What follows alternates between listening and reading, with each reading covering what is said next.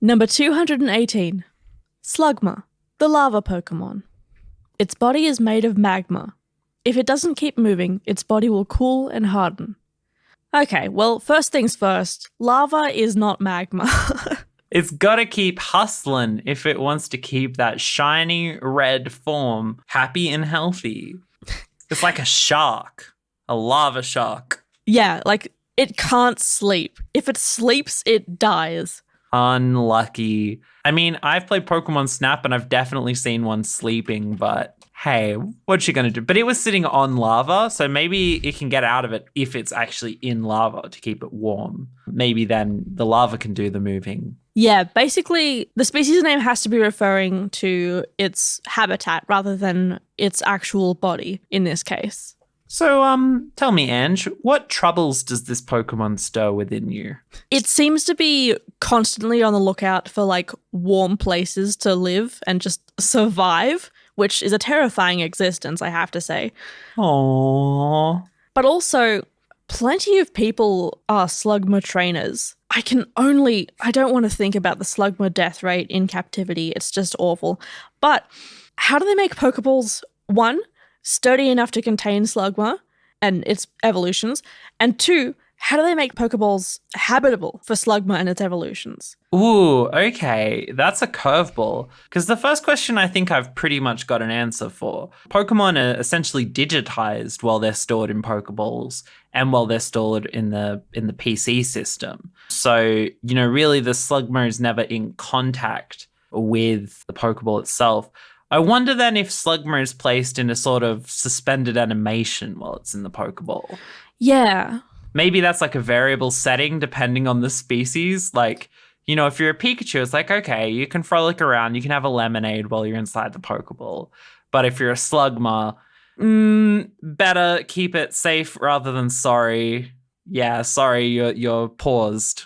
I think the cruel thing about the Pokeball, though, is it destroys the original. What? Think about it. Yeah, I guess that makes sense.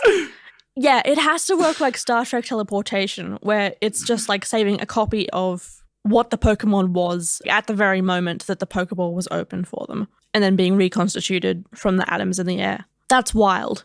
I can buy a Pokeball for 100 Pokedollars, which I think is roughly like, let's say that's 100 yen. That's about $1. Yeah. And this machine is capable of like dematerializing and rematerializing creatures. Yeah, this is incredibly advanced technology. I don't know how they have managed to do this. There should be teleportation in the Pokemon universe. Why does everyone walk everywhere? Why are bikes still a thing? Oh, they'll only use it on Pokemon. It's not actually approved for humans. It's very experimental. My word for this Pokemon is pet-proofed. What? In Pokemon Me, when you can play with your Pokemon and show them love and feed them, you cannot pat this Pokemon. If you try to, it just shows a little burning hand icon and then stops, and you can't do it. I think that's beautiful. What if you got like a really fire-resistant glove or something? Or like an extendo arm. Like those sticks that have the claws on the end of them? Maybe you could like give it a little head scratch with that. Yeah.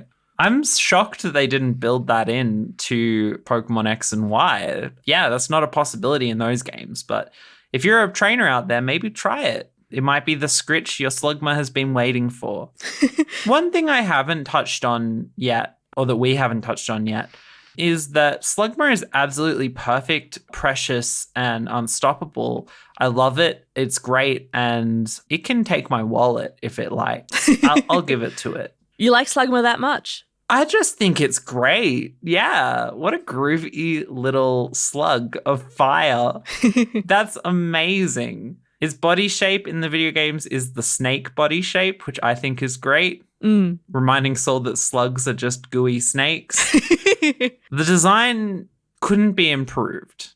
So what about you, Ange? What are your many compliments for this slug?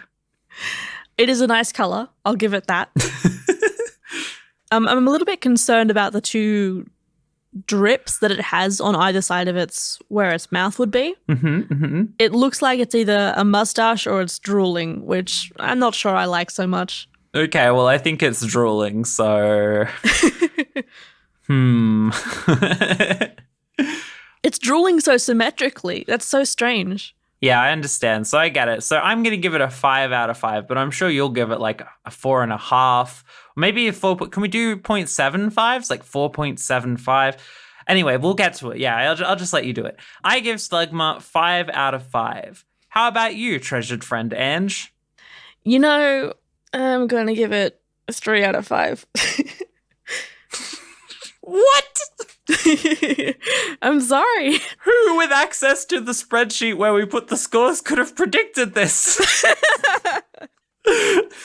I don't get it. I don't get how you could think that this delightful slug is merely average. But also, I respect it, and we're moving on. I appreciate your appreciation for it. And I've actually raised it up from my original score, if you can believe that. All right. Well, that brings us to an 8 out of 10 for Slugma. Next!